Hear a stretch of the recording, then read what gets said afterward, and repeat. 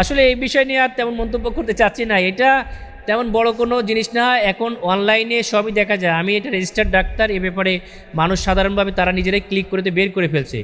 আর তিনিও ডাক্তার, এটা নিয়ে এত কম্পারিজনের দরকার নেই, ভেরি সিম্পল একটা ব্যাপার। মিডিয়াতে ওই যে বললাম মানে হয়ে যাবে আর সেটাকে করা হবে, দুইটা যেমন টুইস্টিং হয়ে গেছে, এখানেও ব্যাপারটা এরকম একটি টুইস্টিং হিসেবে মিডিয়াতে প্রেজেন্ট করছে। যে জন্যে তো আমি গতকালকেই বলেছি যে শিক্ষক এবং সাংবাদিক যদি বিবেক বন্ধকি রেখে কোনো দলের কাছে ময়দানে আসে তখন ফ্যাসিজমের জন্ম নেবে।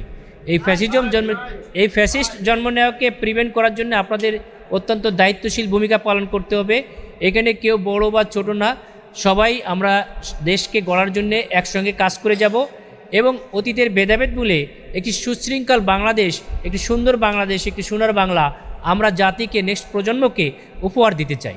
এই আসনে নির্বাচনের ক্ষেত্রে এটা কোনো প্রভাব পড়ার কোনো কথাই না। কারণ কি, মানুষ তো এখন যেটা বলেছে, আপনি তো যখন একটা শুনবেন, যারা এটা নিউজ করছে তাদের সম্পর্কেই আর খারাপ ধারণা মানুষের জন্মাচ্ছে।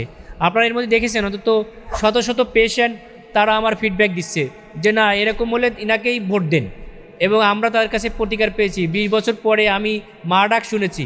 সুতরাং যেটা অসংখ্য ডাক্তারের কাছে যে তারা ভোগান্তির শিকার হয়েছে, পরে আমাদের এখানে এসে তারা সুফল পেয়েছে, এটা দেখবেন যে বিভিন্নভাবে তারা সেখানে কমেন্টসে লিখছে। তো একটি বিশেষ কুচক্রী মহল জনবিচ্ছিন্ন হয়ে যদি আমাকে বিভিন্নভাবে করার চেষ্টা করে, সেটা তাদের জন্যই বুমেরাং হবে, তাদের জন্য ক্ষতির কারণ হবে। আমার জন্য কোনো ক্ষতির কারণ হবে না, বরং আরও লাভ হবে। মানুষ সত্যটাই চায়, সত্য উদ্ঘাটিত হবে অবশ্যই, এবং এটার পক্ষেই মানুষ রায় দেবে ইনশাআল্লাহ। কারণ দর্শানোর নোটিশ দেওয়া হয়েছিল, এটা আমরা এখনও সেই অবস্থায় আছে। আমি এখনও যেহেতু নির্বাচনী কাজে ব্যস্ত, এটা এখনও আমার মানে দেখতে হবে। আর যেহেতু 15 দিন বলছি, এখনও তো সময় আছে। আমি লাস্টের দিকে সেটা যদি নির্বাচনের আগে হয়, হয়তো আমার আইনজীবী সেটা আপিল করতে পারে। নির্বাচনের পরেই বেসিক্যালি আমি চাচ্ছি সেটা নিয়ে মুভ করতে। নির্বাচনের আগে এখন তো এই ব্যস্ততার মধ্যে এটা ছোট একটা ইস্যু নিয়ে আমি খুব বেশি, এখন যেহেতু এই খেলাটাও গুরুত্বপূর্ণ, আপনারা সবাই তো উদ্গ্রীব হয়ে আছেন এই আসনটার প্রতি একটা আলাদা। আপনাদের এই ম্যাচে যদি এখন আমি ফিল্ডের থেকে চলে যাই, তাহলে ম্যাচটাই তো শূন্য হয়ে গেল। সুতরাং এই ম্যাচটা ইন্টারেস্টিং করার জন্য আমার আপাতত ফিল্ডে থাকাটাই জরুরি বলে মনে করছি আমি। আমরা তো অবশ্যই আশাবাদী হব, কেন হব না। নির্বাচন কমিশন অবশ্যই একটা ব্যবস্থা নেবেন। ব্যবস্থা বিভিন্ন ধরনের হতে পারে, তিনি যদি দলীয় প্রধান হিসেবে তারা যেটুকু মনে করেন, তারপরেও তাদের কিছু না পদক্ষেপ অবশ্যই নেবেন বলে আমরা আশা করি। আমরা তো দিয়ে এসেছি এবং সেটাই আশা করব ইনশাল্লাহ। আমাদের যে একটা গণসংযোগে হামলা করেছে, এটা হা ভোটের গণসংযোগ ছিল। আমরা দেখেছি অন্য দলও হা ভোটের জন্য প্রচারণা এবং বিভিন্ন জায়গায় যাচ্ছে, এটা করছে। তো অন্য দলের যদি তারা মানে জনবিচ্ছিন্ন হয়ে ফ্যাসিবাদী কায়দায় আবার আসতে চায়, তাহলে জনগণ তাদেরকে সঠিক সময় সঠিক জবাব দিবে। আমরা বিভিন্ন ছাত্র সংসদ নির্বাচনেও দেখেছি যে তাদেরকে একেবারে ফোর্স করা হয়েছে, তাদেরকে ডাইরেক্টলি ভোটের মধ্যে কিছুটা আচরণবিধি লঙ্ঘন করেও যে আপনারা এটাতে ভোট দেবেন মার্কা দেখানো হয়েছে। কিন্তু লাস্টলি কিন্তু সাধারণ বোনেরাও বিভিন্ন ন্যারেটিভ তৈরি করা হয়েছে তাদের কাছে, সেটা কিন্তু ভ্রুক্ষেপ করে নাই এবং তারা সঠিক জায়গায় রায় দিয়েছে।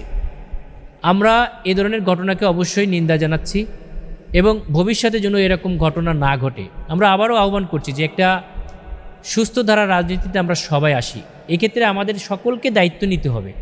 একটি সুন্দর বাংলাদেশ বিনির্মাণের জন্যে আপনিও সেটার যে ভালো একটি দেশ চললে প্যাসিভলি সেটার যে সুবিধা আপনিও ভোগ করবেন, আমিও ভোগ করবে। যেমন ধরেন একটা জায়গায় যদি চাঁদা মুক্তভাবে, ধরেন একটা বাজেটে 1000 কোটি টাকার 100 কোটি টাকা যদি চাঁদাতে চলে যায় আর যদি না যায়, তখন ওই ভ্যালুটা ডিস্ট্রিবিউশন হয়। কিন্তু জনগণের উপরে ওই 100 কোটি টাকা যদি ডিস্ট্রিবিউট করে দেওয়া হয়, তাহলে যে জিনিস আপনি 80 টাকায় পাওয়ার কথা, সেই জিনিস তখন আপনি হয়তো 40-50 টাকায় পেয়ে যাবেন। বিভিন্নভাবে এটা সুবিধা কিন্তু আপনি পাবেন। একটা সন্ত্রাসমুক্ত যতক্ষণ একটা অঞ্চল থাকবে, এই এলাকার মধ্যে আপনারা দেখেছেন যে ইউনিভার্সিটির মধ্যে গুলি করতে যেয়ে একজন আরেকজনের গুলি করার মধ্যে সাধারণ মানুষ মারা গেছে। সুতরাং একটা এলাকা যখন দুর্নীতিমুক্ত হবে, সন্ত্রাসমুক্ত হবে, তখন আপনিও নিরাপদ, আপনার ফ্যামিলিও নিরাপদ, আপনার পরিবারও নিরাপদ। আমরা প্যাসিভভাবে যখন কোনো উন্নতি হয় সকলেই তার ফল পায়, তেমনি কোনো খারাপ কিছু হলে সেটার ফল সকলকে ভোগ করতে হয়। এই জন্যে এখন অতীতে যা হয়েছে, অনেক জীবনের বিনিময়ে আমাদের এই সোনার বাংলাকে সত্যিকারের সোনার বাংলা হিসেবে গড়ে তোলার এটা অনেক বড় একটা সুযোগ। এই সুযোগকে আমরা হাতছাড়া না করার জন্য সকলকে আহ্বান জানাচ্ছি। স্বল্প আয়ের মানুষের কর্মসংস্থান, আবাসন, চিকিৎসা সেবা, নিরাপত্তা, নর্দা কালাচাঁদপুর এলাকার ক্ষুদ্র ও নৃগোষ্ঠীর জীবনমান উন্নয়ন, ধর্মীয় সম্প্রীতি রক্ষাকে সর্বোচ্চ অগ্রাধিকার দেওয়া হবে। ওইসব এলাকায় জরুরি সেবা গাড়ি যেমন অ্যাম্বুলেন্স ও ফায়ার সার্ভিসের গাড়ি যেন যথাসময়ে পৌঁছাতে পারে সে ব্যাপারে কার্যকর সব পদক্ষেপ গ্রহণ করা হবে ইনশাআল্লাহ। নারী, তরুণ, অবহেলিত জনগোষ্ঠীকে প্রাধান্য দিয়ে ব্যাপক ভিত্তিক উদ্যোক্তা তৈরি করা হবে। পর্যাপ্ত কমিউনিটি সেন্টার ও বিনোদনের জন্য খেলার মাঠ গড়ে তোলা হবে। স্মার্ট সোশ্যাল সিকিউরিটি কার্ড ঘরে ঘরে পৌঁছে দেওয়া হবে। নারীদের জন্য স্বতন্ত্র টয়লেট ও ট্রান্সপোর্ট ব্যবস্থা গড়ে তোলা হবে। প্রতিটি ওয়ার্ডে নিত্যপণ্যের ন্যায্য মূল্য নিশ্চিত করতে হোলসেল শপ প্রতিষ্ঠা করা হবে। নির্দিষ্ট স্থানে সুশৃঙ্খল বাজার স্থাপনে অংশ হিসাবে ফ্রি ফ্রাইডে হকার ফেয়ার পরিচালনা করা হবে। প্রতিটি এলাকার মানসম্মত একাধিক শিক্ষা প্রতিষ্ঠান গড়ে তোলা হবে। নাগরিক নিবন্ধন ও সেবা প্রাপ্তি নিশ্চিত করা হবে। এক্ষেত্রে স্বাস্থ্য, পানি, ড্রেন, বর্জ্য, জরুরি সেবার অংশ হিসেবে হ্যালো ঢাকা 17 হটলাইন চালু করা হবে। সবার সহযোগিতা ও দোয়া পেলে একটি বৈষম্যহীন, দুর্নীতিমুক্ত ও সমৃদ্ধ স্বপ্নের ঢাকা সদর গড়ে তুলতে কার্যকর ভূমিকা রাখতে পারব ইনশাআল্লাহ। সকলকে ধন্যবাদ।